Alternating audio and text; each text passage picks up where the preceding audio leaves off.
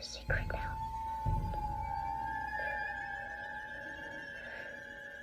I see dead people.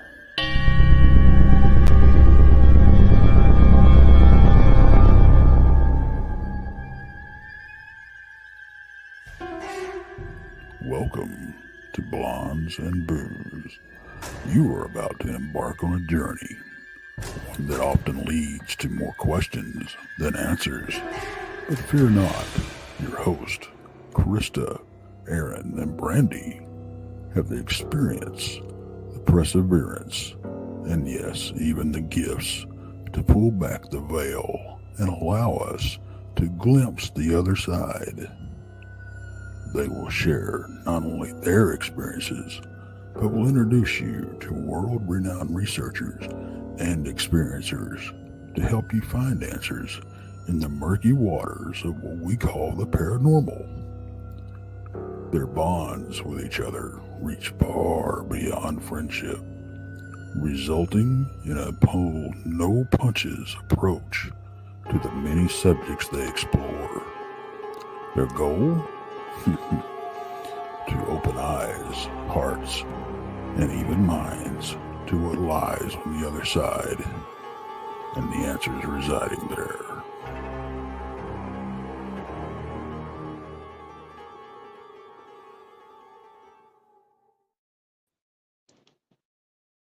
Everybody, welcome. Glad everybody could join us tonight.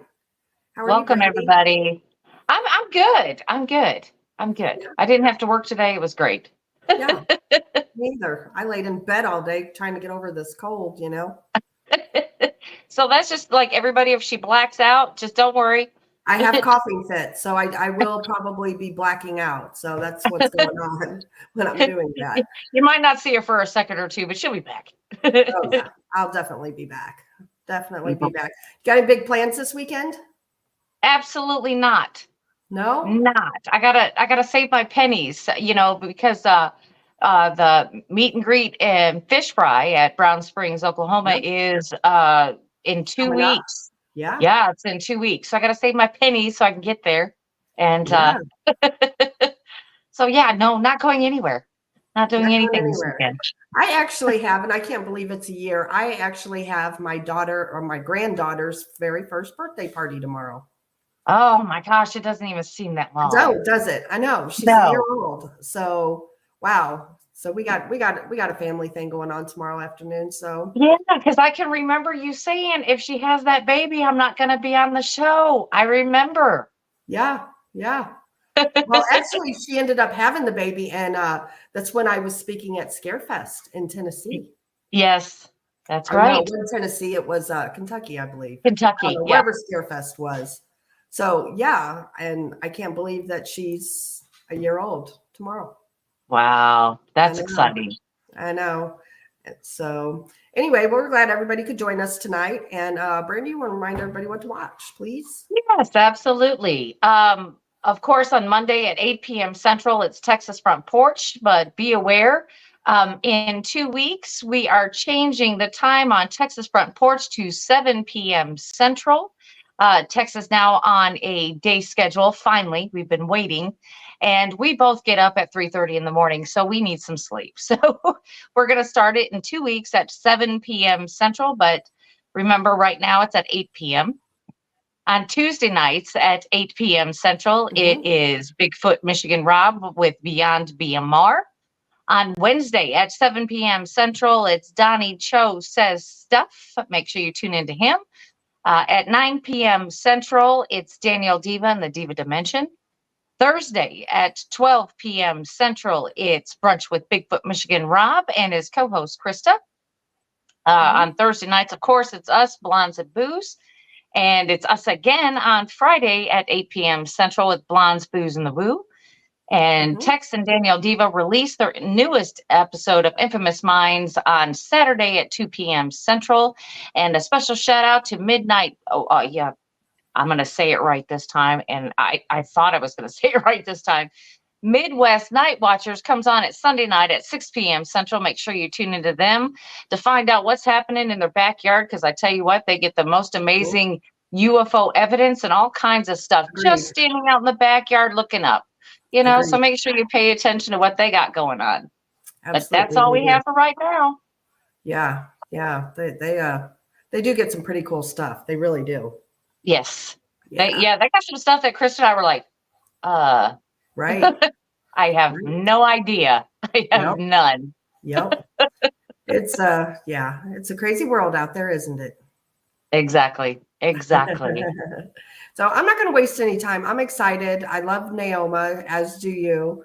Oh, And I know. I have been waiting all week for her stories now. yes, This lady can tell some stories, you know, and I when we first talked to her about coming on, I'm like, well, it's Bootober. We need some ghost stories. yeah, So I'm sure she will not disappoint us. she never does. Never Nope. does. So I'm going to go ahead and just bring Miss Neoma up. Hey there. Hi there. Hey, how's it going? We are Oh, good. We are we are good. good. Glad Got you my can make coffee. it. But, Doing great. before we tell story,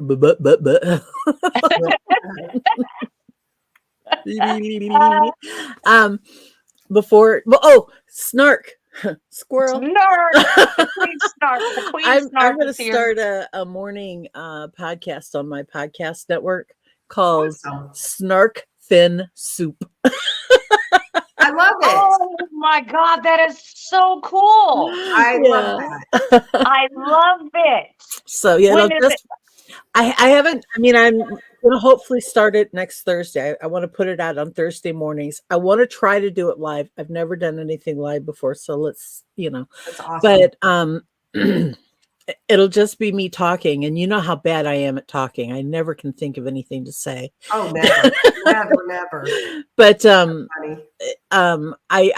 I thought, you know what? I'm going to take advantage of that whole snarky thing. I'm going to make a snark fin soup. soup. Yeah. So Absolutely. I love it. I may have to have you guys come on sometime. We'll have to like record in advance because Absolutely. I'm sure it'll Oh, be, yeah. But that would be fun. yeah. Anytime, you know So- that. But Anytime. before we do anything else, I want to hear the voice again, please. Okay. I mean, is it too early for that? Nope. No, go ahead. Let me see. Now, here. for everyone who didn't hear this last night, last week, Friday of last week, we had Heather Mosier on, and we were saying goodbye and everything to everybody. And Krista said bye-bye, and then you hear a childlike female voice go bye-bye, and Yep. we didn't catch it. It was our tech guy, Randy Gilbert. He caught it. And but after the show, I was telling the girls, I heard something. It was just like right here. But we got to talking about it because Heather has some things going on in her home also. She does. I said, but Yeah. we use electronics all the time to talk to spirits. Why couldn't they use the waves we're working on right now? Why couldn't they use the electronics we're working on? So Why not? it could have come through to me from her. I don't know. Yeah, because we seriously we don't know if it was from your side or if it was from Heather's. Yeah, because if it was from my side, that's a totally new one. Wouldn't surprise me, but it's totally new. That would be a totally new voice for me because why? Yeah, that was a new one. Yeah, but it wouldn't surprise me. I'm thinking it's more along the lines from her. I'm hoping Probably it's so, from her. honestly, because that is a new voice. That's one we haven't heard yet. So yeah, I've not heard that one. Like I said, I'm hoping it's from her. Yeah. I'm trying to get all the hellos. People are saying hello. And so I apologize if I'm missing anybody. Definitely. And I'm just here mouthing hellos and waving, and it has nothing to do with what you guys are saying. I'm just responding. Hey, no, I do that all the time. So it's like I cannot type and talk, and that's just too much multitasking. So I'm like, yeah. I multitask all the time. Squirrels run. All right, I'm going to go ahead and play that EVP. Are you going to play the full version and then play the short one? I'll play both a couple times.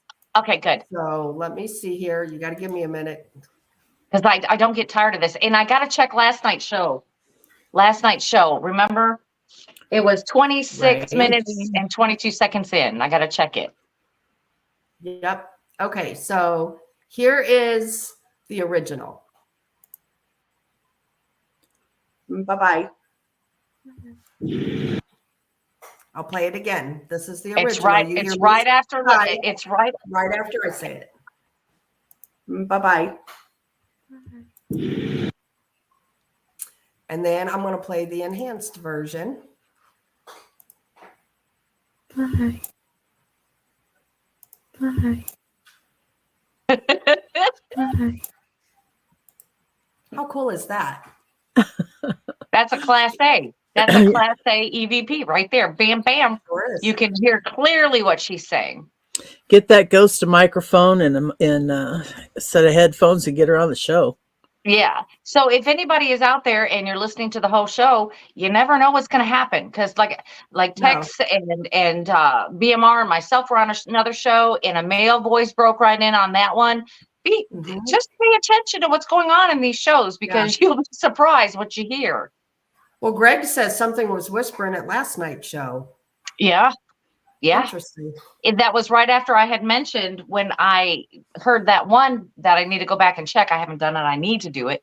But he said, yeah, I heard something whispering. So yeah. Wow. Absolutely. Wow.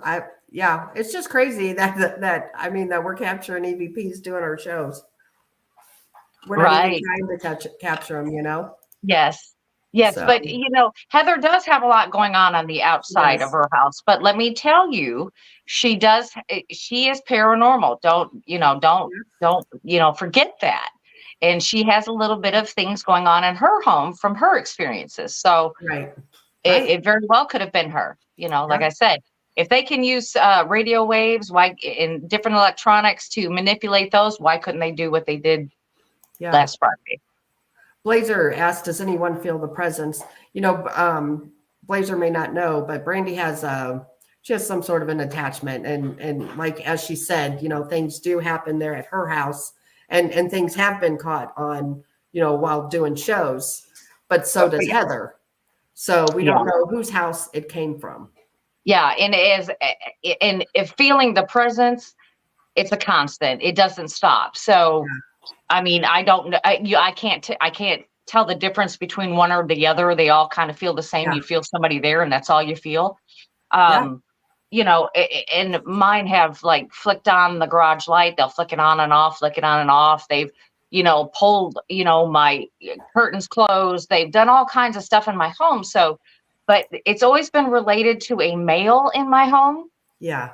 And this is definitely a female, and it sounds more like a child. And like I said, I hope that it's not coming from my home. I hate to say that about Heather either. Yeah. I hate to say that for her, but I hope it's not me. I got enough. Yep. So what did you think, Neoma? What did you think about it? I thought that was really actually so cool. I have been waiting since last night to get on here and hear it again, because I just thought that was super, super cool. I'm reading all these comments, and Letitia Nunley is just cracking me up. She doesn't do ghosts. I don't do it. Because Letitia unfortunately has been a victim of my personal attachment, and I've always apologized, and I'll still apologize to her, especially because we do go places together, and it just happens. It does. My goal in life is to become a ghost. I have it all planned out. I want to be buried in a big oversized kind of droopy elephant costume with a big stuffed trunk coming out of my forehead. And I want my children to stand by my casket and say, they did a really good job of covering Mom's mole, didn't they? And then once I'm buried, there's a bridge up in Illinois that I love. I want to haunt that bridge. I want to be in my elephant costume. Fingers crossed, my favorite dog, Bocephus, will be there too, dressed as a dormouse, and we'll jump out at people and we'll boo! But we won't scare them. There you go. Well, you make sure after the show you tell me what bridge. I'll be there. I'll come looking for you. Absolutely. Well, we can, we've all seen that meme out there, when we all die, we can all be ghost friends together. Yeah. Right. That is right. Yeah. I'm seeing some old faces in here. Yeah, me too. So Job yeah, and Sundays. Hey. Yeah, that's Brandon. Yeah. So Good to I'm see seeing some old faces. Hey. you. It's so exciting, because I mean, I love October. Usually every year I get dressed up and I do go all out. This year I just haven't had the time, and plus, with them cutting my hours at work, taking care of my mother and my daughter and well, it's a mutual thing. We all take care of each other. But it's like I didn't get to do it this year. So this has been my outlet, hearing the stories and everything. And I'm like, ooh, say it again. Tell me another story. I want to hear it, oh because well, I've got lots. yeah, I don't know about anybody else, but this inflation's killing me. Me too. Midwest back to Night being- Watcher says, I hope it's the bridge close to their house. Okay. Well, You I'm tell not me where that is. I'll go there too. We'll find her. I'm not 100% sure where they live, but I kind of have a general idea. And the bridge is closer to their house than it would be if they live where I think they live.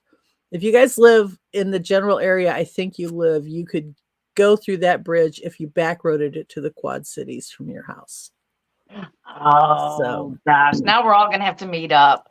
I have to tell you the story about this bridge. I've always loved this bridge. Unfortunately they tore it down and they put up a nice brand new bridge, which just kind of sucks. But Never, Bart, okay. Never. But your wife is cracking me up. That's what she's doing. But anyway, it used to be really, really, really rickety, and it was an old wooden bridge, and it had just trees that just kind of came down over it like this and hung. And it was right out of a scary story. It just begged to have a scary story told about it. And one night we were coming home when my kids were teenagers, and my kids are in their, well, the oldest is 41 and the youngest is 38. So that tells you older and younger, not oldest and youngest. But anyway, we were coming home from a baseball game when the oldest was about 13, 14 years old. And we had one of his friends with us in the car. And I've never, ever taken a main road anywhere. I just, it's not my style. I back road everywhere I go. It takes me 3 times longer, but I don't care. I enjoy it. And so we're coming home. It's late at night and we're coming up the back road. And I knew we were coming to this bridge, and the road kind of makes a sort of a zigzag pattern. And on that little piece of road where it crosses, or it goes even with the river, there's this old shack and a worn out house trailer. And they're always surrounded by cars, junky old cars. And I started telling the kids, now I have to be honest with you, my boys grew up with a twisted mom. There's nothing I can say that disturbs them anymore. But the other kid in the car, who we'll call Dan, had a different outlook on life. He had never experienced my sense of humor. And so we're coming down to the first turn, and I was like, oh, we're coming up to the cannibal house. The people that live there are really, really scary, and they eat people. All those cars you're going to see in their yard, those are the cars of the people that they stopped, and they took them out of the cars, and they ate them. And we're going to go by. So when we go by, you guys got to be really, really, really quiet. So we drive by the house, and sure enough, the old couple that lives there, they're sitting out on the porch, and I do one of these things, and Dan's like, ah! And my kids are, and we get past, and then we turn around, and it's a little dip to go across the bridge there. And we get, and we start down the hill, and I threw the car in neutral, and I killed the engine. And we drift out onto the bridge, and I said, oh my God, the car won't start and they saw us. They're going to come and get us. At about that time, my back door starts rattling. And I thought that kid was going to tear the door off my car. Thank goodness the door's automatically locked. And it was, it's you can't unlock back doors, or you couldn't then because I had child locks on them. And he couldn't get out, but he was tearing at my door and screaming, and I couldn't get my car started fast enough and off that bridge. I guess the lesson was, don't be too scary with kids that aren't used to me. we didn't let him live that down for a long time. I will see too during the show. I've got pictures of Zombie Road, and they're ghost pictures. And we can talk about that briefly too, if you feel like it. Absolutely. Yeah, it's hard to believe that's a park. I know. That's a park and it's haunted. That's crazy. Yeah, it is. It is, definitely is. I was looking to see if I have them on here, but I don't yet. So I'll have to find them and add them, but I will definitely do that. Let's tell some stories. Let's talk ghosts. All right. Yes. Well, I guess a good place to start is with the very first haunted house I ever experienced. I was, my parents had just gotten divorced. So I was right around, it would have been late 1979, early 1980. They'd split up. I don't know if the divorce was final yet, but they had split up, and my mom and I had moved into an apartment on a main road in Rock Island, Illinois. And this apartment happened to be 2 blocks down from where my brother and his wife lived. Now, the house that they lived in was as far from looking like a haunted house as it could possibly be. It was this tiny little, you walked in the front door, it was just like a little cottage house. It was as cute as could be. You walked in the front door into the living room. If you walked straight back, you went straight across a little hallway, which wasn't big enough to be a hallway, but you went straight back into the bathroom. There was a closet here and their bedroom was here. Or if when you came into the front door into the living room, you went this way to the dining room and then turned left again, and there was a galley kitchen at the back of which you could go down 3 stairs and either turn right and go out the back door, turn left and go down to the basement.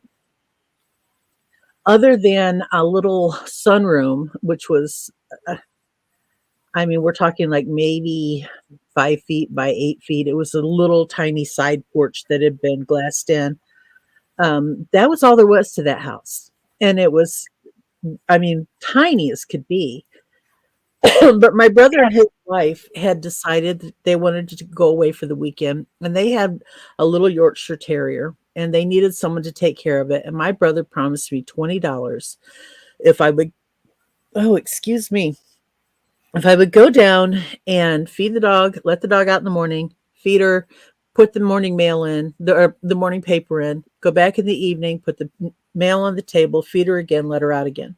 Simple, $20 plus I got to go downstairs and play pool because he had his tiny little basement was just big enough for a pool table and his stereo. And he had a quadraphonic system, which at the time was a just state-of-the-art system. And that was my big thing. I wanted to go play pool and I wanted to listen to the music. And so I get off, I had to go Friday night and Saturday morning and then Sunday, it's Saturday night and then Sunday morning. And Friday night went fine, went down, did what I had to do, played pool for a little while, came home. Saturday morning, I get there, broad daylight. I let the dog out. I brought her in. I made her little dish. She's a Yorkshire Terrier, so she's, like a clump of food about the size of a York peppermint patty, and gave her some water. Put the paper on the table, and I go downstairs and I'm shooting pool, and I am listening to me some music, and I'm having a good time. And I hear this bang upstairs, and I go up the stairs around the corner into the kitchen, and I notice that the oven door is open. And okay, well, I close the oven door, go back downstairs. 5 minutes later, bang! I come back up, oven door's open again. Well, I've decided that, they have something wrong with their oven, but I closed the door and I went back downstairs and I hear another bang. I go upstairs, the oven door is not open, but when I went into the living room, I noticed that the bedroom and the bathroom door were open. No, they were closed. And I didn't remember them being closed. And so I thought, well, that's odd, but they're closed. I'm going to leave them there. And they were latched. I checked. I went back downstairs. I hear another bang and I come back upstairs. And the bathroom door and the bedroom door are open. Wow. Now, they were latched. I did check that. And I thought, okay, now this is weird. Now, at this point, I'm a 15-year-old girl. I'm a little scared. I go downstairs and I'm doing my best. My brother was very meticulous. If you shot pool on his table, you were expected to brush the table, put the cover on, put all of the rack up and wipe off the pull cues, the whole 9 yards. And I am doing this just as fast as I can because I want to get the heck out of the house because I am scared. And it was all I could do. I had albums out all over the floor. I'm putting albums away. I'm not sure I got the right albums and the right covers. I just was so freaked out. I just wanted to get out of there. And I'm going up the stairs and I hear this sound. And as I come through the kitchen, around the rounding into the dining room, over in the opposite front corner of the house is the console TV. And this is 1979 or 1980, okay? Mm-hmm. This is back when the remote control was the youngest child in the room. I remember that. And then you couldn't move the TV because it was so heavy. You needed like 4 people. It turned itself off. Oh, wow. I'm running around the corner. I see the TV. I'm not stopping. Turns itself off. I just went right out the front door. I ran down the street to my mom. I was like, I know I'm getting $20. You can have the $20. You can play pool if you want. You can do whatever you want. I'm not going back to that house. Well, my mom, she fed the dog that night and she fed the dog the next morning and she did the mail and the newspaper. My brother and his wife got home that afternoon. They laughed and made fun of me. And they're like, you're a big baby. And oh, ha. Well, my oldest brother is 18 years older than me. And his wife was 2 years older than him. And this was their second marriage for both. Her first marriage, she had 3 daughters. And her first husband had custody. But he died of cancer a few months after this happened. And the 3 girls came to live with them. Now, they knew it was only going to be a temporary situation in that house because clearly 3 girls in a 1-bedroom house wasn't going to work. Right. But while they were there, the girls slipped downstairs in the basement. And years went by. And I was at my mom's house and we were talking about that little house and how cute it was. And I made the comment, I would never go there alone, though. And my brother confessed to me that for the 3 months that they lived there after she got custody of their daughters, they wouldn't stay there alone. They had all kinds of crazy things happening to them. He wouldn't tell me. It wasn't your brother. It was the girls. I have no idea. All I can tell you is my brother would not elaborate, but I was not alone. I was not the only person who felt strange things in that house. So fast forward a few years and I got married and I was living we had just moved into a little house in a tiny little town called Taylor Ridge, Illinois. And we had to fix the house up. It was in really bad shape when we got it. And it was sort of one of those inherited deals. And we, basically we were living in the upstairs for the first month or so because the downstairs needed to be completely redone. And, they had one of those great big wonderful clawfoot tubs, and I was pregnant with my second child, and my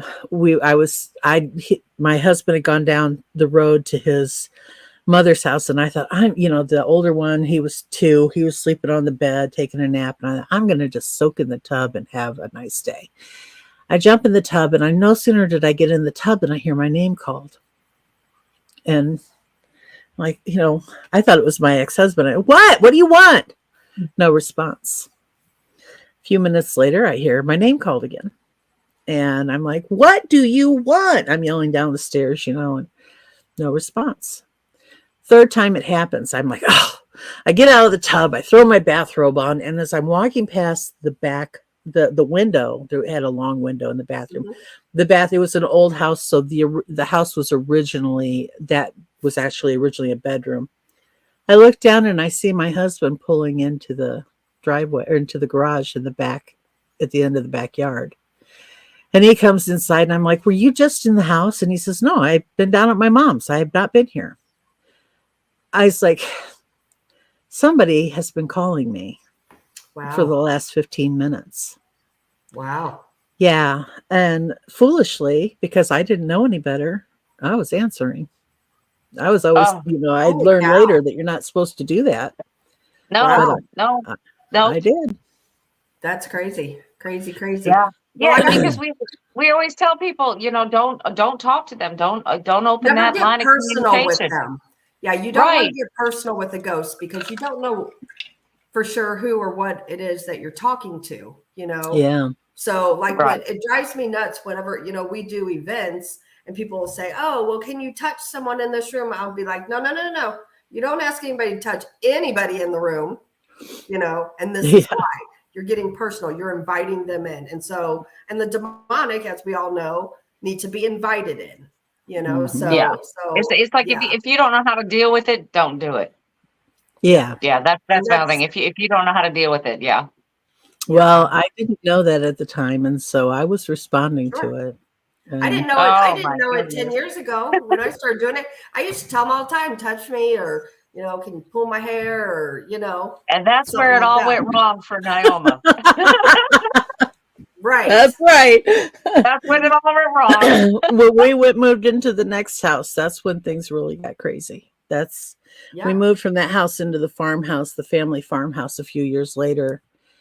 And that house was well and truly haunted. We had so many strange things happen there.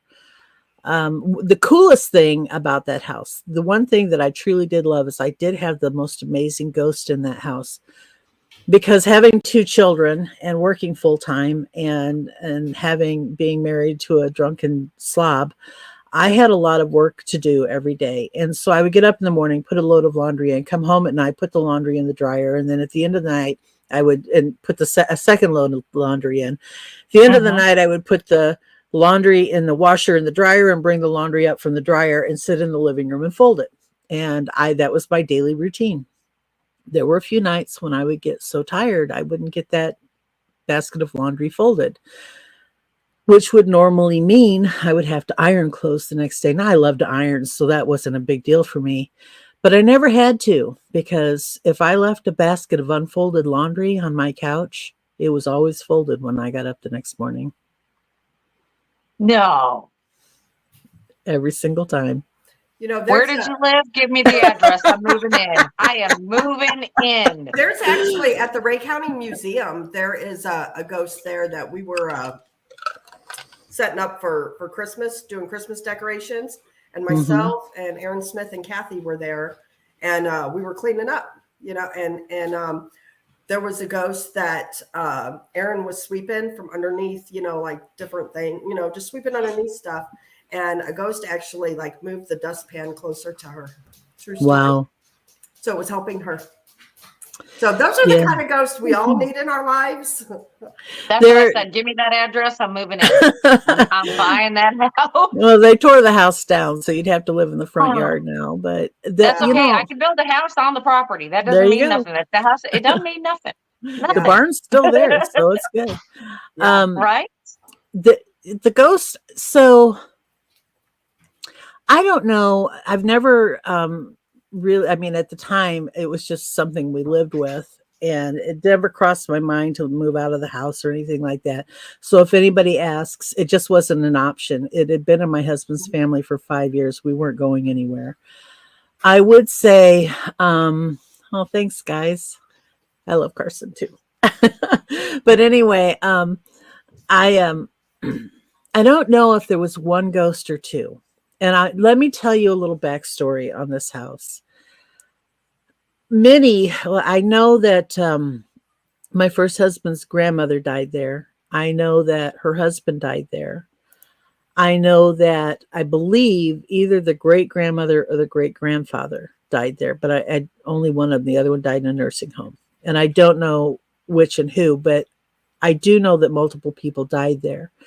And one of the saddest things that I also know is this farmhouse, the whole back side of the downstairs was the kitchen. It was just one of those massive, massive kitchens. And the front was split by a stairwell with the living room on this side and a room on this side that different people had used for different things. And when my first husband's grandmother was old, elderly, and sick, they used that as her bedroom because they couldn't get her up and down the stairs. It had 2 doors, one from the kitchen and one that was at the front of the house by the front door. But she was being taken care of by my my father-in-law's brother, her son, her younger son. And he was not a good person. He was not in any stretch of the imagination. I've never known anybody who could say nice things about Donald. He was not a good man. And if you need proof of that, he had a German Shepherd that he trained to be mean. And if his mother would call from the bedroom to, I want a glass of water, I need help getting up or whatever, and he didn't feel like dealing with it, he'd sick the dog on the door. And the dog would go to the door, growl and scratch, and she was terrified of that dog. And even when we lived there, the scratch marks are still on the door from when he used to do that to her. So I can think of nothing good to say about Donald. So what I'm about to tell you next may not have been Grandma that did this. My older son and I were not members of that family. My older son, I was an unwed teenage mother. He came as part of the package deal when I married the first husband.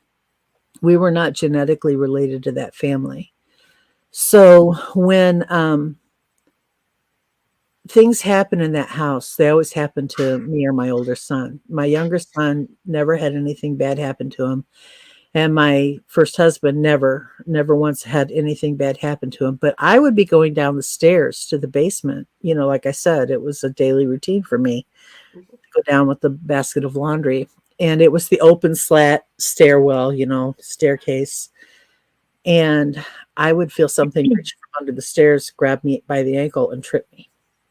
Oh, I wow. fell down those stairs many, many times. Fortunately, I was always carrying a basket of laundry. And so when I fell, I always would fall on the laundry. And that's probably what kept me from being deeply hurt there. But That's awful. That is awful. Mm-mm.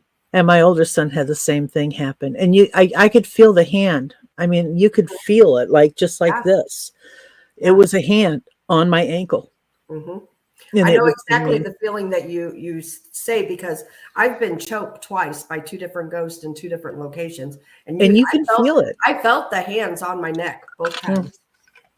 Yeah. And absolutely. I'd say that happened to me probably 7 or 8 different times in the 11 years we lived there. Yeah. Where I was tripped going down the stairs. That's awful. My then husband said he would say, my wife's just clumsy. This is the same man who, when I had my Bigfoot encounter, would make fun of me with his friends, that I was stupid and a scaredy cat and things like that.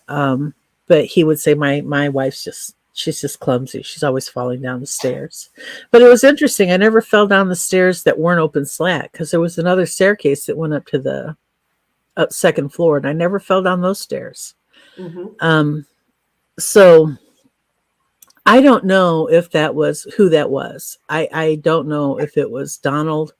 I don't know if it was, if there was a demonic possession in that house. I don't know. I will say that one time for the longest time, we used that bedroom as a TV room. And I was sitting in the TV room in the corner in my chair watching TV one night, and I realized it had gotten dark. So I got up to twist all of the mini blinds shut. They were open like this, and I twisted them to shut them like this. I didn't drop them. I just, the individual, you know what I mean when you twist it to shut it. Yep. Uh-huh. And there were real tall, long windows. And there were 3 of them, 2 on the side wall and then 1 at the front. And I got up and went around and I closed all 3, closed the one at the front of the room last, walked to the back of the room, which, it's about the size of a bedroom. It's not a huge room. Sat down in my chair. And as I'm sitting back down in my chair, all 3 of those shades went back to open. Wow. I looked around the room and I said, well, Grandma, if you need to have the shades up, that's fine with me, but I'm going to bed. I got up and left the room. All right, Grandma, you just do what you need to do. I'm going to go do what I need to do. Okay, just whatever. You wanna see a couple pictures of some ghosts? Yes. All right. First one I'm going to show is Brandy's. Yeah. Did you get the enhanced one? It's the only one I have. Oh, see, I got to get you the enhanced one so we know what we're looking at. So, Brandy, you want to explain it to him? Yeah, this is when you got to kind of enhance it yourself. You got to blow it up. If you're looking directly at the picture and you're going to look to the left of me, you will see a woman standing on the stairs that in my head is like that big old massive blotch. That's my hair. Okay. So on the left of that, you see a woman standing there. Do I That see a woman pair of was not there. eyes? Is that what that is? I'm looking at a pair of eyes, or Yeah, you're going to have to blow it up. You know what I mean? Because she's a full-bodied apparition to the left side of me. I'm actually working on that now. So just give me a minute and keep talking Okay. about it. Yeah. And then if you look to the right of me, there is a white ghostly type, but it's another full-bodied apparition, but it is a different type of manifestation, which I have never caught two different types in one picture. This is like a once in a lifetime deal that I actually caught. Just let her blow it up and then we'll take a look at it. Because this woman to the left of my big glare there, my big head, you can see her and she looks like she is in period clothing, perhaps wearing a pearl necklace. Her hair is done up in a like an updo, like a bun type, reminiscent of the time at this place, because back in the, I want to say 1920s, 1930s, during the wintertime, they would use it as a girls' school. Okay. And I have it. I'm going to share my screen. So hold on just a minute and I can zoom it in. So that was a bit disturbing. I'm concentrating, and all of a sudden, my face came up. that's what I'm trying to explain what we're looking at before we get there. Yeah, like I said, this is a once in a lifetime catch. I do believe. you guys see it right there? You see the lady right there. I see it spinning. Yeah, Okay, I don't you see my anything mouse yet, Krista. moving? Oh, there we go. There we go. There she is. I see her. Oh, wow. You see her to the left. Now look to the Yes. right. Now look to the right of me. Yes. Do you see somebody there wearing a hat? Uh-huh. And I it's sure a misty do. white. Yeah, that was two separate manifestations, one picture. Wow. Unbelievable catch. Those people were not behind me. They're like, well, is that somebody walking? Da da da. Is that your daughter? No, I told my daughter, because there was a glare. There's my glare in the window, and I told her to stand behind me because I was taking up enough room. That way I could get a clear picture. And I was just taking a picture outside. That's all I was doing. And there it is. That you can look to the left and to the right, and there they are. Wow. Yeah, isn't that a crazy picture? That is insane. That's what I'm saying. Like that's a great picture. Like that is a true ghost picture. Yeah, they're like I said. Did you look through the annals of the place to see if anybody matched those images? Okay, I mean, because the lady. There was the funniest part. Now, the one on the right, I couldn't get a good enough picture, but I'll explain about that one in just a moment. The girl on the left, I went downstairs and I was talking to the lady and I was like, look at this picture, and I was showing her what I got. And she's like, you need to go over there and look on that bookshelf. She goes, there's a picture over there of a lady. You need to go look. And sure enough, I mean, they resembled a lot. I mean, it could have passed for her. Absolutely. Absolutely.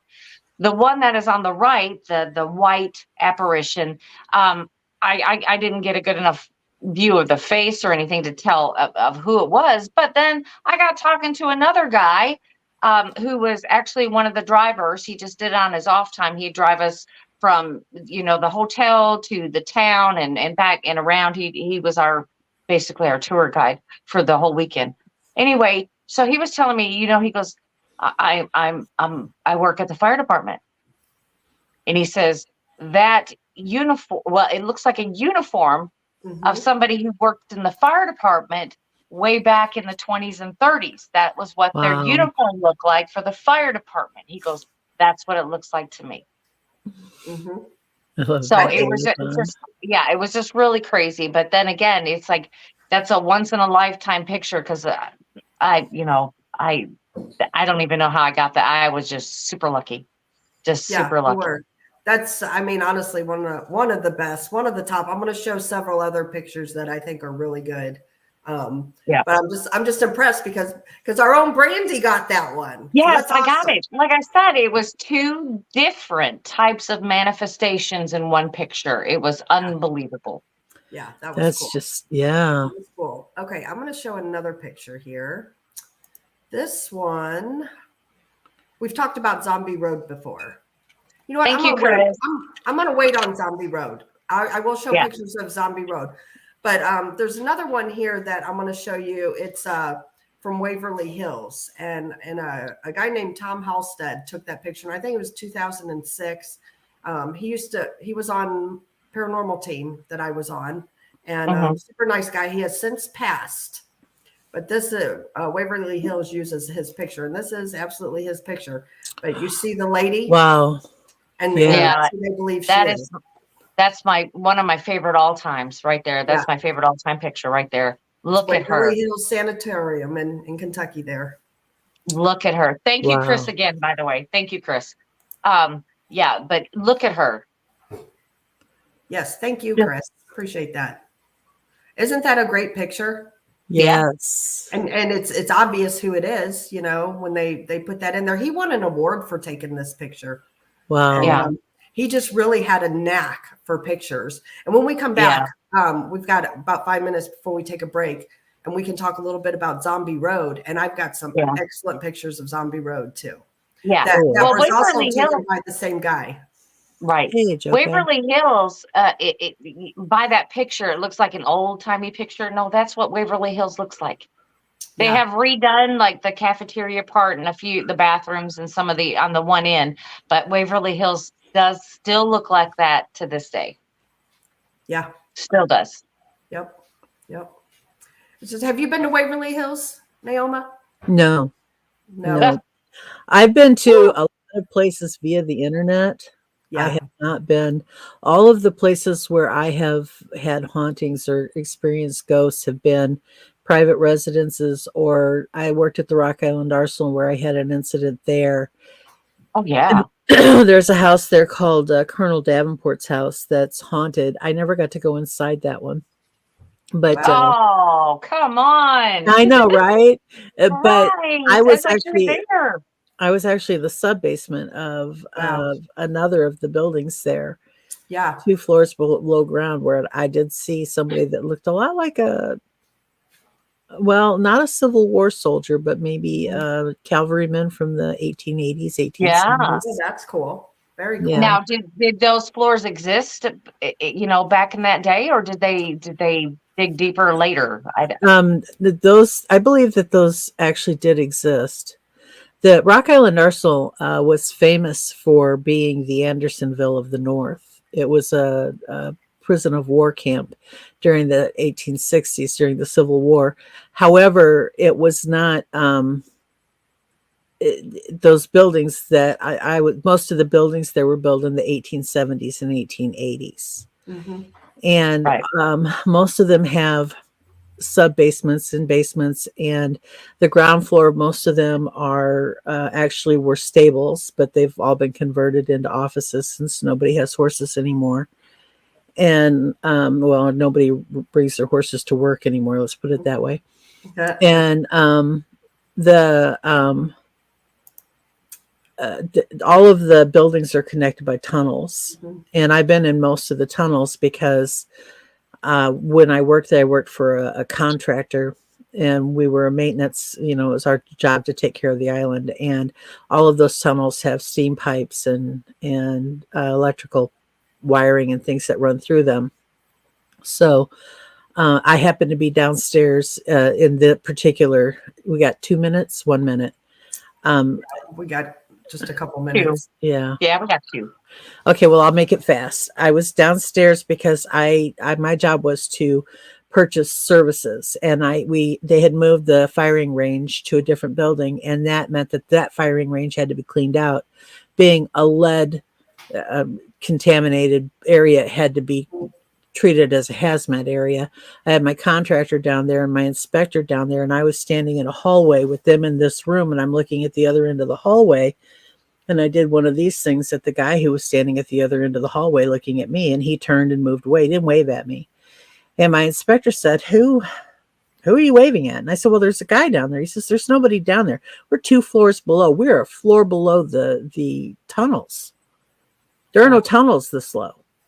And he said, there's nobody down here. We went through 3 locked doors that I had to sign out from headquarters to get into here. And so we walked down the hall and we looked around and there was somebody there. And we were way out. But I saw him and he didn't wave at me, but I waved at him. And he was standing at the end of the hall. And when I waved, he just kind of went like this and walked away.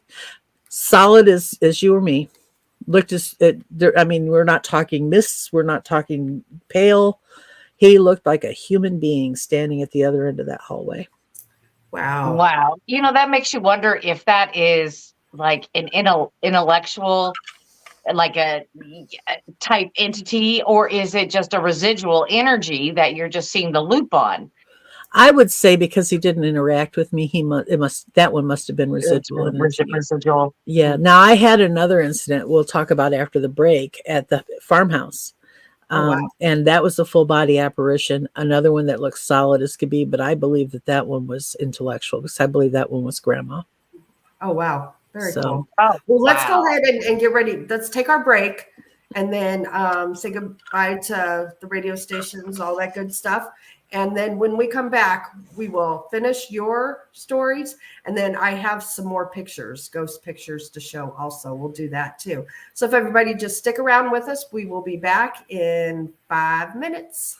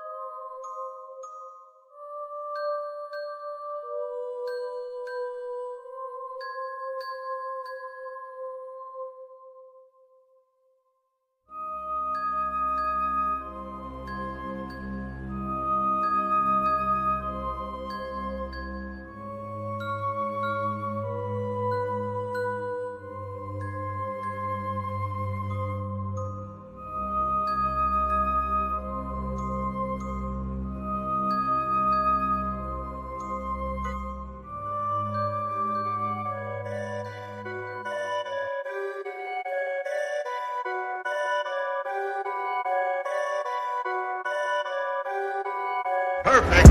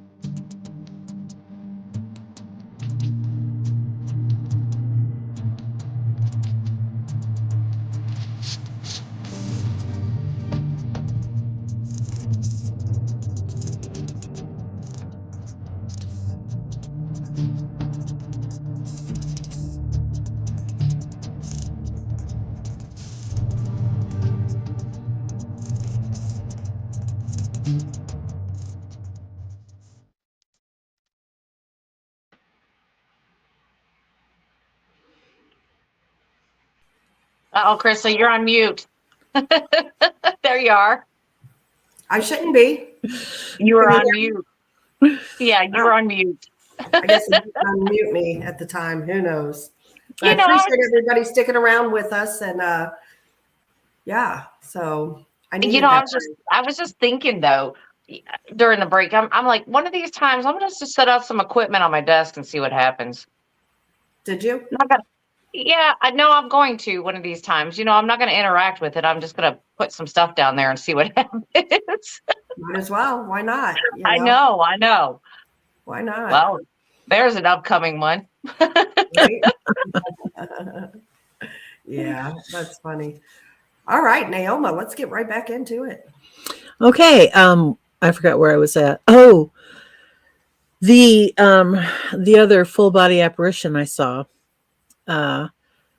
It was at the house. It was at the farmhouse where I got tripped going down the stairs and grandma folded my laundry.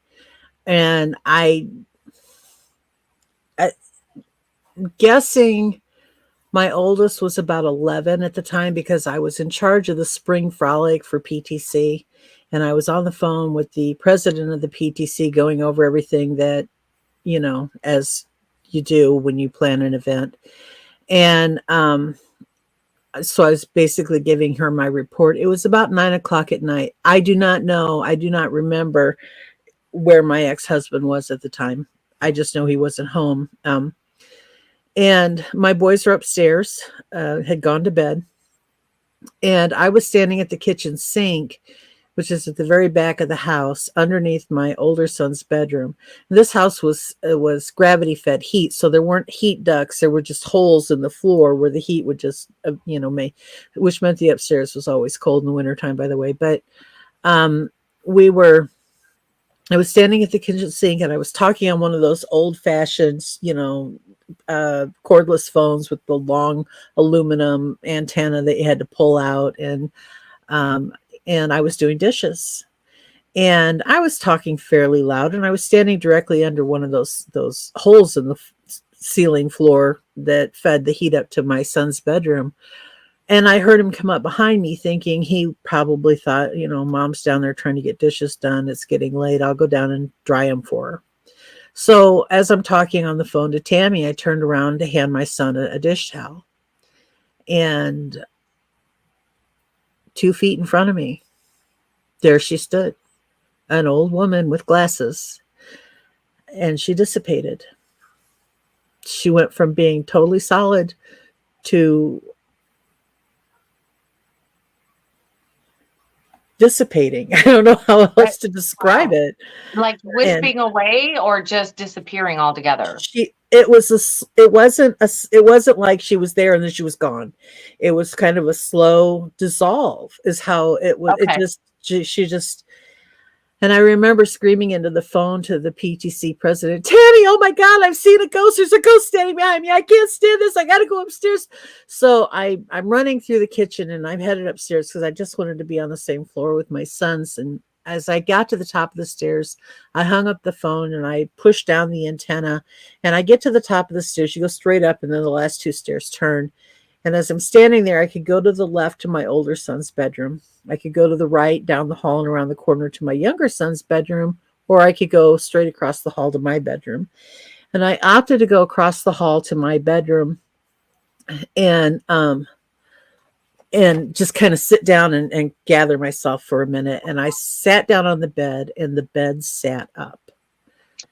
And I turned around and I took that phone and I whipped it as hard as I could at whatever was in that bed. And I nailed my 8-year-old son right here in the forehead. Oh, no. Something had scared him, and he had gotten up and he'd gone and gotten my bed. And when I sat down on Oh, that no. poor kid wore a red welt in the middle of his forehead for hours.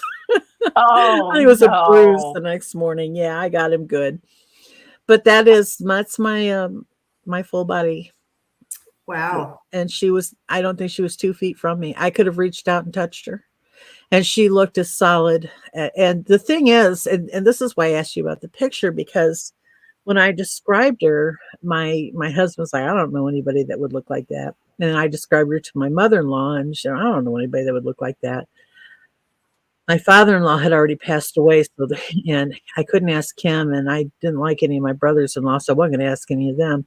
But I came across a box full of photographs, and I did find a photograph that I believe it was she would have been my grandmother-in-law, but I think that the woman who was standing behind me was her sister. Wow. Oh. So, Mm-mm. yeah, that was probably the most, I mean, I love to tell the fact that I nailed my son in the forehead. I was so scared, but that really was the most frightening experience of my life. I don't think there's anything that more terrifying than to turn around and think you're going to see one thing, which would make an 11-year-old son, and you see something entirely different. It just, it's still to this day when I talk about it, I try to laugh it off. I try not to, but I can feel the goosebumps all over my body even right now thinking about it, because, oh dear Lord. Wow. Just, Yeah. we had, Crazy. that house was just really active. Yeah.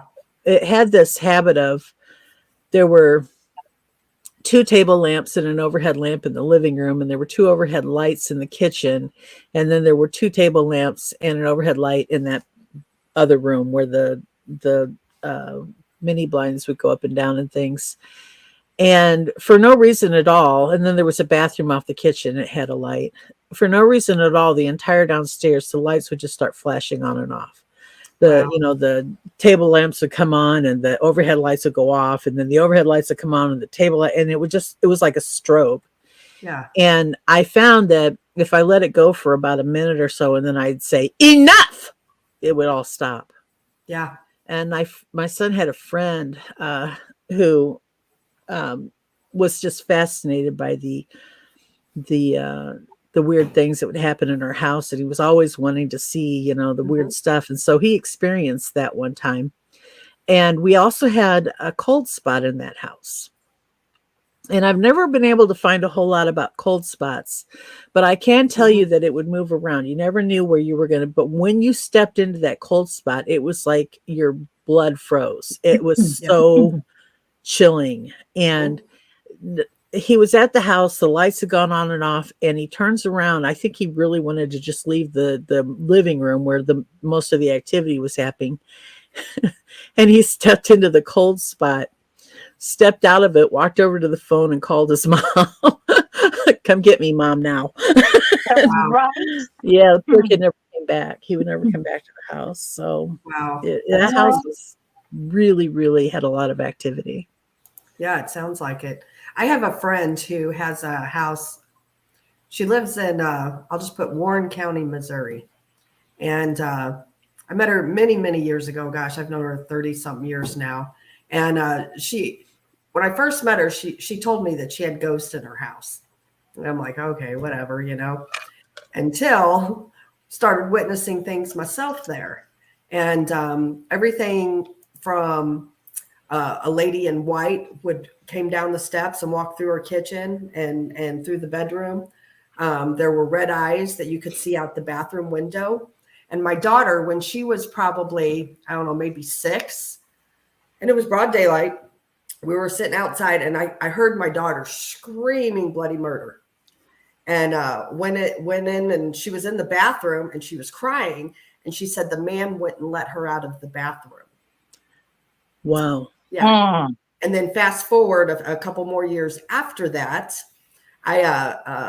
my friend she had taken a shower, and I had run outside for something. And my daughter was sitting there in her living room, come back in. She's freaking out. She saw the same man, a full-bodied apparition, standing between the dining room and the living room. And to this day, and my daughter then was probably 8 or 9.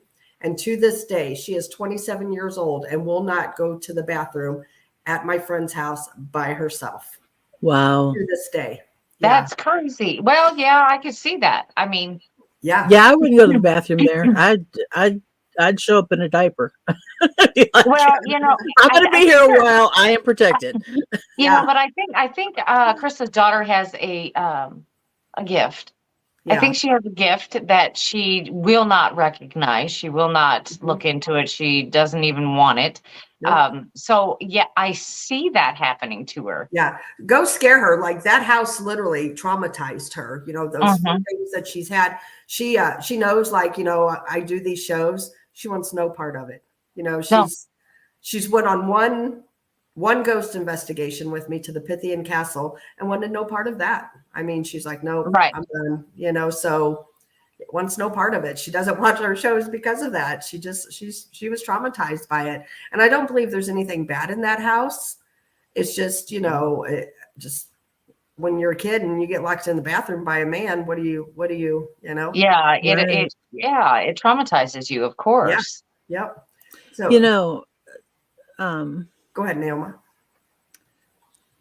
I don't know if this would change your mind or not, but it's a long story and I'm sorry, but I've never been able to tell a short story. So you just have to live with it. Back in October 31st, 1930, my great grandfather passed away suddenly. And it was, a year after the Great Depression had begun. Things were tough.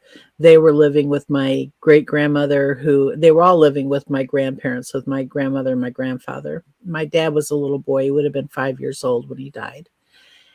And it was sad. Grandpa Black died, but he was old. He was born in 1856. This is 1930.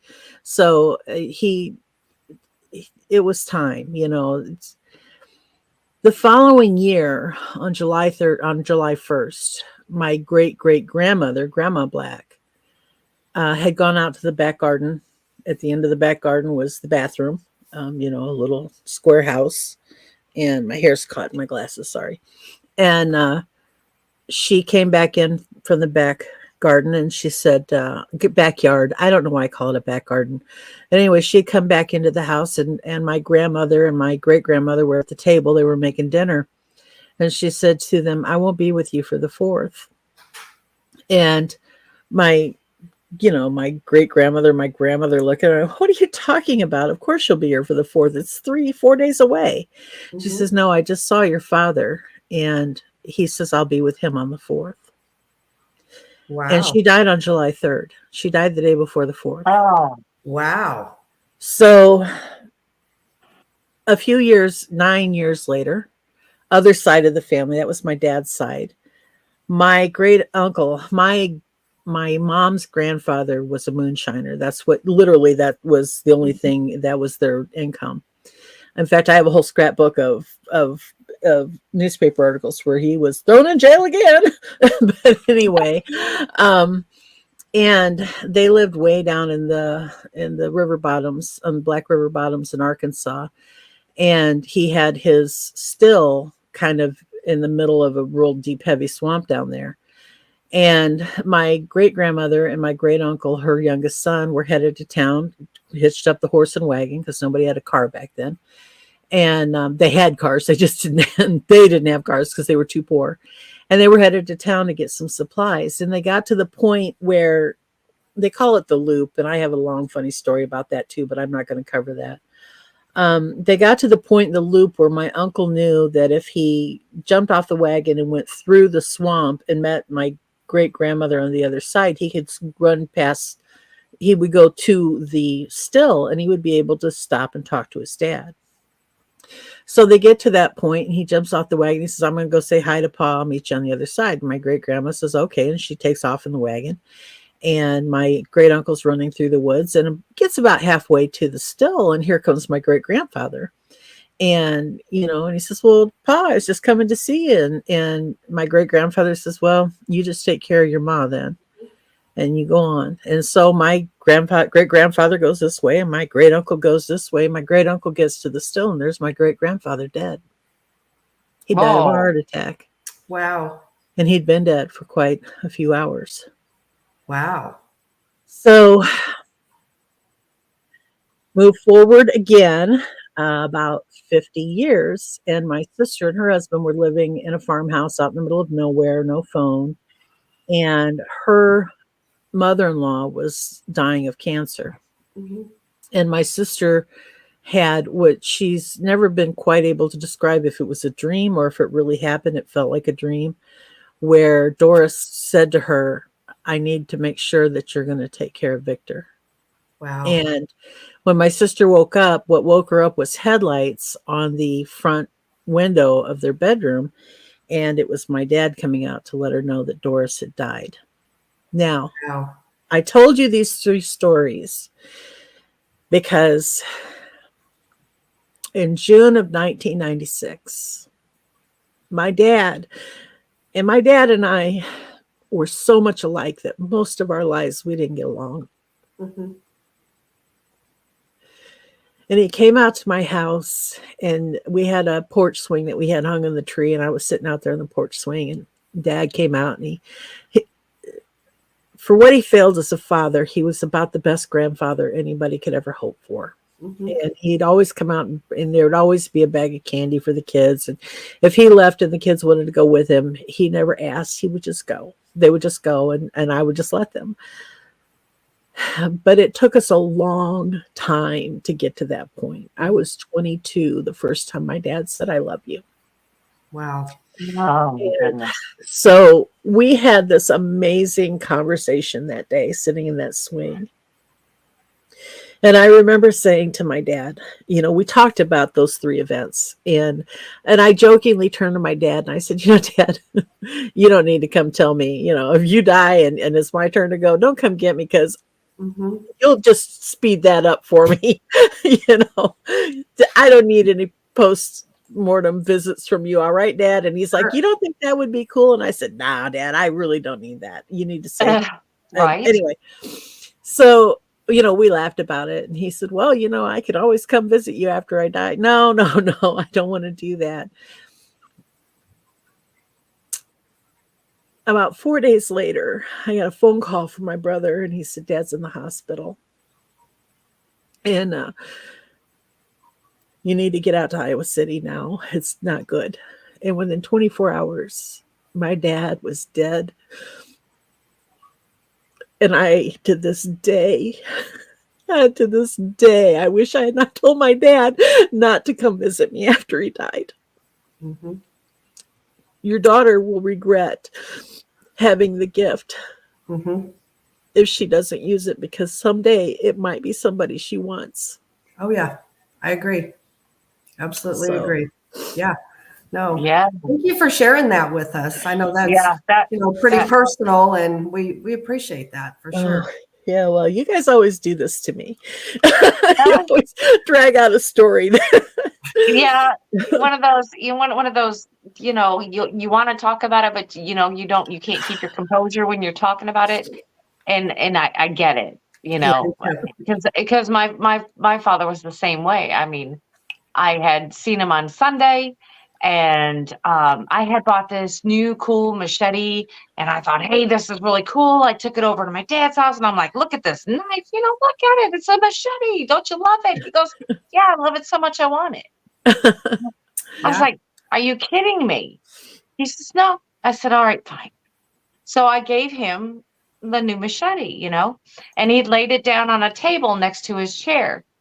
Then it was just, about 3 days later when he passed. And when all of it went crazy and everything happened, that knife was still sitting on that table beside his chair. Oh, wow. Yeah. So, yeah, I just remember little itty tidbits of things like that, and I still think they come and visit. Maybe, maybe I'm thinking that your dad does come visit you. He's just being quiet. He just wants to look in on you and say, haha, I see you. You can't do nothing about it. That would be my dad. Yeah. When I die, he'll be the guy in the zebra suit standing next to me under the bridge. Okay. That was always our problem, is we didn't get along because we were just so much alike. Much alike. Yeah. Yeah. So I understand that. I have said many times, I would welcome a visit from you, Dad, but he's never come. So But maybe he has. You just haven't Maybe he has. recognized yeah, the sign. true. Yeah, because I mean, they take into consideration what you're saying while they're alive. They'll I'm pretty sure that he's come and check on you and just saying, okay, well, she's good. She's good. Yeah. And then, and then there are times when we're so down in our lives that they show up, and it feels like a warm, fuzzy feeling, like you are going through some stress, a mess, whatever you want to call it. You're feeling down, and then you just get like a memory or something, and you feel warm and fuzzy. Yeah. And then to me, that's like them coming and saying, hey, I'm here, Yeah. Feel the memory, feel my hug, because this is how I'm going to give it to you. And I've always heard that a cardinal, when you see a cardinal in your yard, that's a visit from a loved one. And every time I start thinking about my mom and dad, my cardinals, I have a pair of cardinals that live here, and they always come to the window. So you're probably right. Right. So even like dragonflies and hummingbirds and just different songs, you might hear a lyric and then that person pops in your head. There's so many different things. You just have to be open.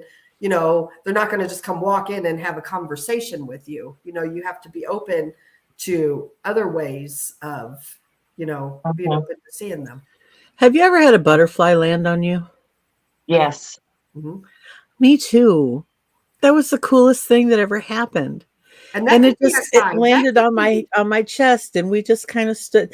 My husband and I were leaving the house. We were headed somewhere, I don't know where, but it came and it landed on my chest, and I just stood there. And my husband's like, "We gotta go," and I'm like, "I can't. I have a friend, and I don't want to scare it away." Right. That was the coolest thing I've ever had in my life.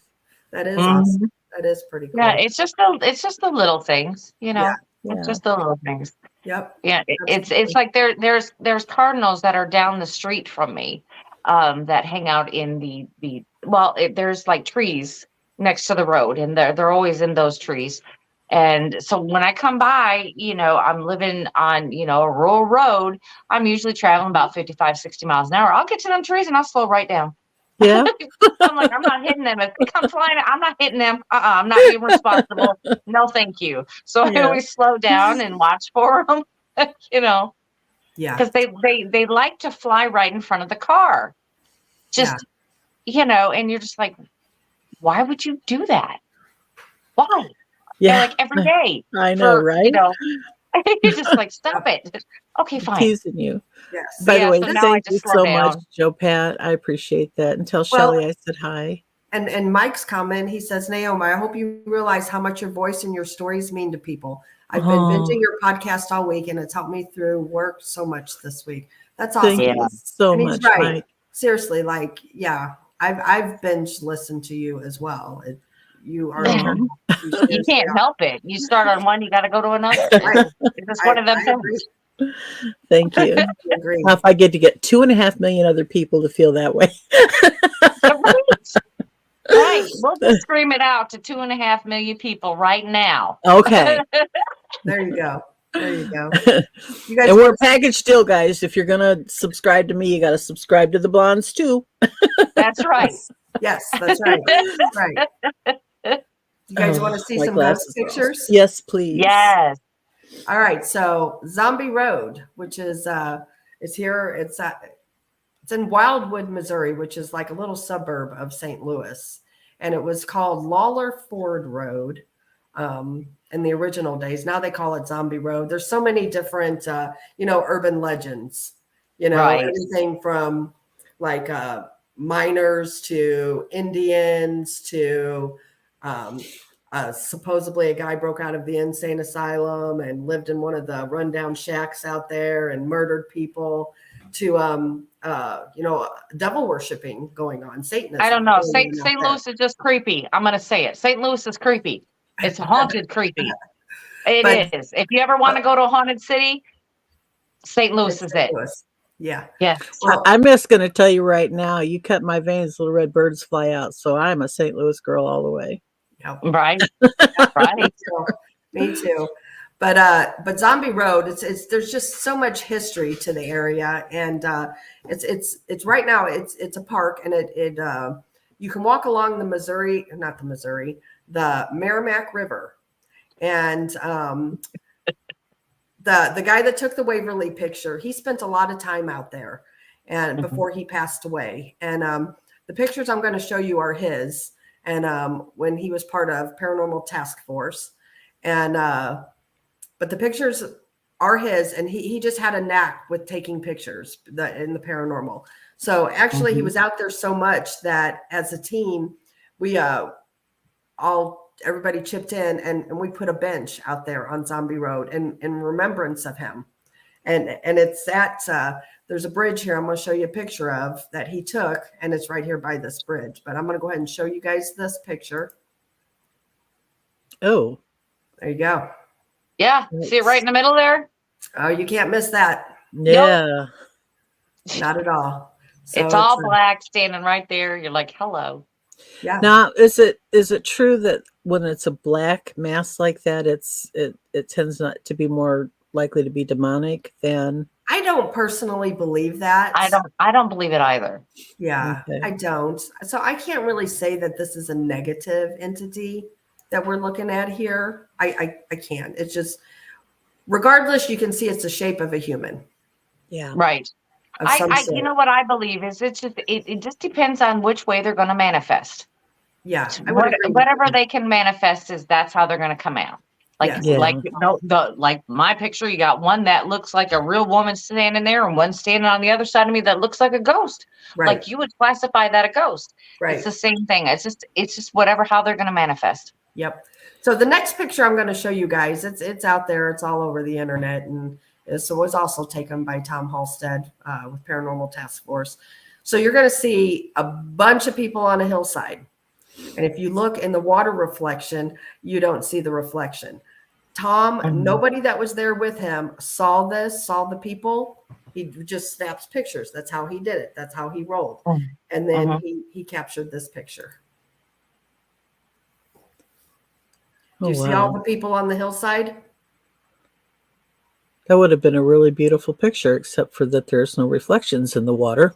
Exactly. Yeah, there's none. And nobody saw those people there with their eyes. There was people there with him, Wow. and nobody saw the pictures with their eyes or saw the people. Yeah, that's a very famous picture. Yeah, it is. It's a well-known picture. It's out there. And like I said, Tom had a knack for pictures. Like, I don't know if it was just a feeling or a gut. He would point his camera somewhere and then he would start snapping. And Wow. he was just an incredible ghost photographer. And I actually met him when I told you the story about my friend's house. That's how I met that team. We reached out to them and they came in and they investigated her house. So anyway, just a little. But I don't know. I just think those pictures are interesting. And eventually here soon, give me a few weeks to start feeling better. But I am going to go to Zombie Road, and I'll do some shorts, and I'll put them in our members only. Right. 'Cause Yeah. you can Well, watch- somebody you can asked. watch it. Yeah, somebody asked earlier in the show if I have been to OSR. Yes, I started.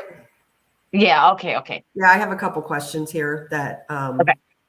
But if you want to go ahead and answer that. Oh, yeah. Well, that's the middle of November. I'm going to OSR, Ohio State Reformatory. I am going. Yep. I am excited. I'm going. And we actually were planning on, as long as Brandy gets service, it's a Sunday evening. It's November. I don't know. It's on our calendar, but we were going to try to go live from there with Brandy. Yeah. She's going with the Paranormal Voice guys. They're great. And They're from Canada. Yeah. Yep, they're coming in from Canada. And so they're going to do some ghost hunting, and we're going to go live from there, as long as Brandy gets service. Yeah, Cool. we're hoping to go, for an hour or better. But I mean, if we can get it, we'll get it, because you never know within prison walls what you're gonna get. I'm sorry, but you just never know. It's true. Yeah, you don't. But we'll try to get to a spot, at least, even if it's just a short little show. Get something. We're gonna get something out there. Yep. So let's see. There was more questions here. Let me go to them. I just kind of been starring them. Naomi, you have some questions as well. All right. Let's see here. Brian Barber asks, what's Neoma's scariest investigation, and has she had issues with attachments? Other than whatever was attached to that house, I've never carried anything with me that I know of. And I honestly say I've not been out on a lot of intentional investigations. I did have one. When I was younger and before they even called it urban exploration, I used to love to go and explore abandoned houses. And there was one that we went into, and God, I am the world's worst mother. I used to drag my kids to crazy things, but this was actually, they were older and they dragged me.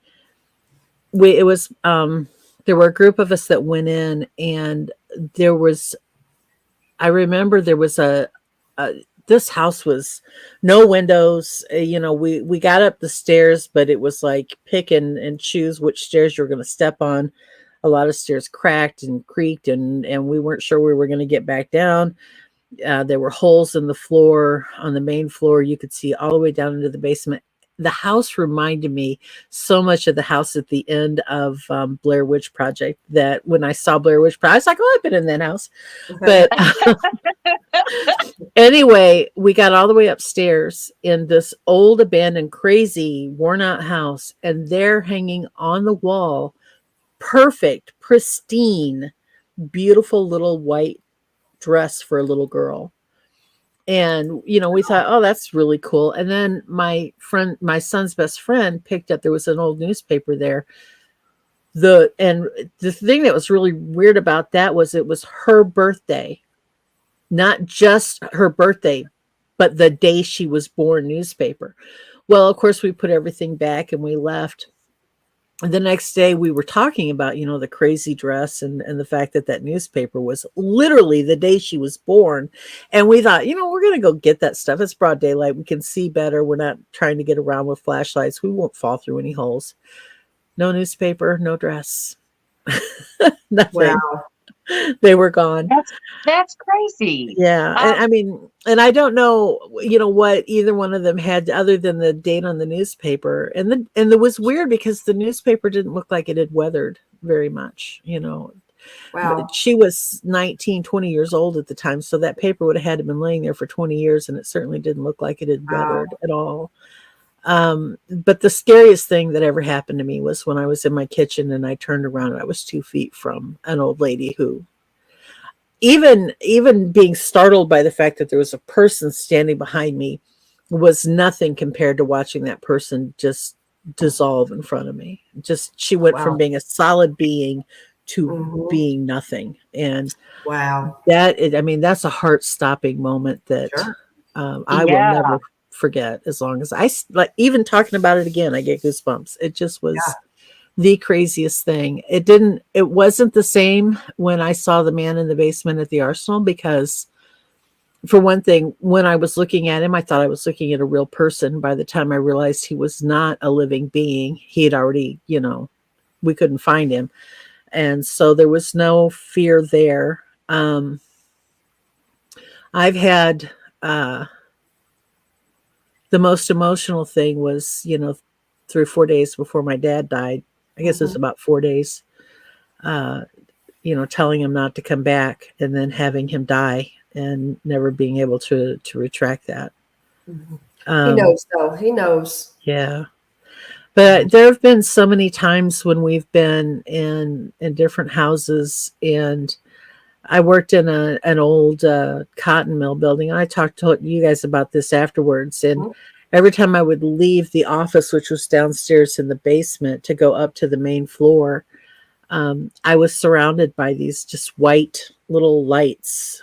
It was like almost like wearing a coat of them. Wow. And I could physically see them, so I don't think they were orbs. Yeah. They were all around me. I remember thinking those were the largest dust particles I've ever seen in my life, because that's what I thought they were. That didn't, it didn't, honestly, I didn't think anything of it until Mhm. my sister-in-law started talking about how creepy the building was and how, they would hear things down in the basement when they were upstairs that didn't make sense. And they had seen things move. And I'm like, well, I know that I get followed by those weird little lights, but I don't know what they are. Yeah. So Mhm. I can't honestly say that, Right. when I was a little girl, we had built a brand new house, and my dad's mother came to live with us, and new houses make sounds. They creak and they settle, Yeah. and they can be a lot Yeah. scarier than an old house. Sure. Yes. And I Yes. can remember her sitting at the end of my bed at night, and I would wake up, and I'm 3 years old, and Granny, what are you doing? I'm watching over you. I'm protecting you from them.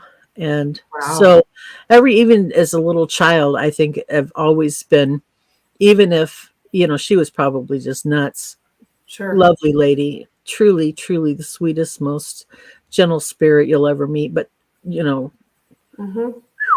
she was a few toys shy of a Cracker Jack box. Wow. She loved her dearly, but wow. So I think it's always been embedded in me that, there's something. And of course, people ask me, do you believe in ghosts? Well, yeah, I'm a born again Christian. So I believe in one really important ghost. Right. So, of course I believe in ghosts. That's right. Yep. There is a story, and I remember seeing the picture. And this is probably the one thing that has given me, it still gives me the creeps almost more than anything else. And I only saw the picture. There was a lady that worked at the Arsenal who her husband had passed away. And it happened right after Easter, and they'd had a big Easter dinner. And of course the family was all there, and they were taking pictures. But then he suddenly passed away. And this was before digital photography. So, you had to take your rolls of film in to get developed. Okay. And she'd forgotten about him. A couple of months go by, and she's like, I never got those pictures developed from Easter. And those are probably the last photos we ever have of my husband. So she took them in and she got them developed. And they knew they didn't have the TV on. They wouldn't have had the TV on Easter. There was, it was a family get together, and it just wasn't something they would have done.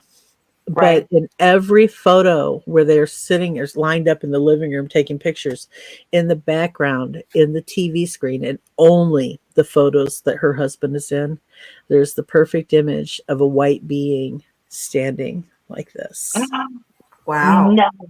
Oh, that's still. Yeah. No, I can't. That's weird. There are so many pictures in that she was showing that her husband wasn't in, and that's just a blank TV screen. Her Wow. husband's in the picture. There's a white being standing like that. You can see it perfectly in the image of the screen. That's really cool. I Very wonder good. if that was like a sign or something. Like, Yeah, I'm assuming that was her angel calling her home. Or calling him home. Wow. Yeah. Crazy. That is so weird. Okay, we got some more questions here, ladies. Okay. All right. Get to it. All right. This is when we showed the picture of Waverly. It says, is that the nurse who reportedly hung herself at Waverly? No, that's somebody different. And actually, there's a story behind that. That's actually just a rumor, a myth, that there really wasn't a nurse that got pregnant and hung herself at Waverly. Yeah, and if there was by any chance one that had done it, there is no documentation anywhere that it had been done. Right. And then Little Patty asked, will you be streaming OSR in this podcast? Yes, we will. Yes. It will be it'll be the Sunday evening, and it'll be later in the evening, but we'll let everybody know for sure when when we'll put that out. And it'll be a late night. Yeah. Yep. Brandy, have you investigated the old prison, the walls in Jefferson City? I have not. Only don't know. because it's like $1,000 to get in there, and sorry, we just I would like to go to the one here in Tennessee, but I think it's kind of expensive. Brandy, you've been there, right? Yes. Yeah. It is. absolutely 100% worth it. Yeah. It is at Brushy Mountain Penitentiary. It Mhm. is worth it. I mean, you get a small group of people going and split that cost. There are so many buildings to investigate that you'll never see each other. You know, in Wow. passing maybe, but oh my gosh, yeah, it's so worth it. It's so worth it. Yeah. Cool. Crazy. Also, let's see here if there's any more questions. Nope. No more questions. All but right. I am gonna throw this up here real quick. Everybody would please go and subscribe to Miss Neoma. That was a pretty cool title, Snark Fin Soup. Yeah, that's Yeah, but I love how she did that. Hungry for some snark Yeah, fin soup. that's I pretty love cool. that. She'll serve you right up over at. I'm gonna have to cop that from you, Lil Pad. Or no, Lily Pond. I'm sorry. Yeah, Lily Pond. Yeah. Yep, she's awesome. And then once again, Chris Nichols, we thank you for that super chat. We definitely Thank you so appreciate that. much. I do want to tell everybody, I'm going to go ahead and just put it out there. It hasn't been put out there officially, but we do have it locked in the date, I believe, for next year's Alabama Bigfoot Conference. It is going to be June 8th, and it will be in Anniston, Alabama. And you'll probably see some familiar faces. We're not going to put names out there yet, but that'll be speaking. And yeah, so that's a good one. So mark that on your calendars. And then we have something going on with Miss Neoma too. You'll have to tune in for in December. So you need to subscribe to both of our channels and tune in for that, because that's going to be fun too. Absolutely. Yeah. So what else you got going on new, Neoma? Oh, well, I'm about to release my next book. I'm really having a hard time getting the ebook format down. Every time I release a book, I learn something new. Someday I'm going to be good enough to get an editor, and not an editor, a publisher, and I'm going to let them do this. I'm not a good enough writer yet for that. But as soon as I get that book out, it will be available immediately on Google Play as an ebook. Awesome. I am working on getting it on Amazon. Amazon can be a real jerk when it comes to that kind of thing. Yeah. And because this book is different in that it's a collection of short stories. It includes the pit stories that are on my channel. It includes the hunted stories that are on DA's channel. It includes a couple of stories I've never recorded or released. And I think there's 11 stories altogether. So it's a pretty good size. I mean, it's not a massive book, but I think it's about 80,000 words. So it'll entertain you. Awesome. And I would I thought I would have this out by the 1st of October, and it's the 20th, and I'm still trying. So, yeah, well, it'll be soon. There's two different ways to do an ebook. One is fixed format, which is really easy, but it's not easy for the reader. They can't expand or change the font or anything. So you have to do free flow, and that's something that I'm learning. And publishing your own books is fun and exciting and horrible all at the same time. And horrible. And horrible, very horrible. Right. And of course, I'm talking about, I have this idea to do a Thursday morning podcast. Now, that won't be on YouTube. That'll be on my podcast network, because I do have a podcast in addition to the YouTube, and calling it Snark Fin Soup because of the whole snark thing and the hoo-hoos. And so I'm looking forward to getting that started. And that's awesome. Yeah.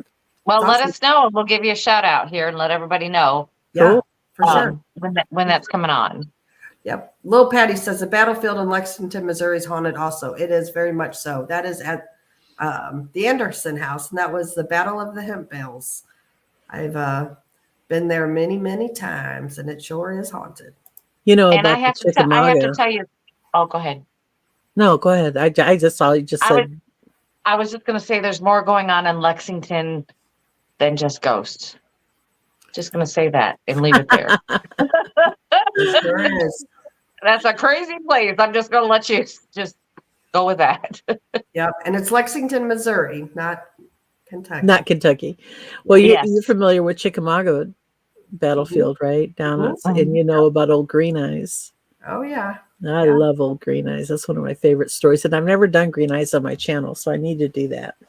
Wow. Yeah. Yeah. I'd love to Good hear deal. that. So mark that on there that you need to do that one. Yeah, there's just so much going on for everybody. Tune in next week. Next Thursday evening, we have psychic medium Dana Stricker.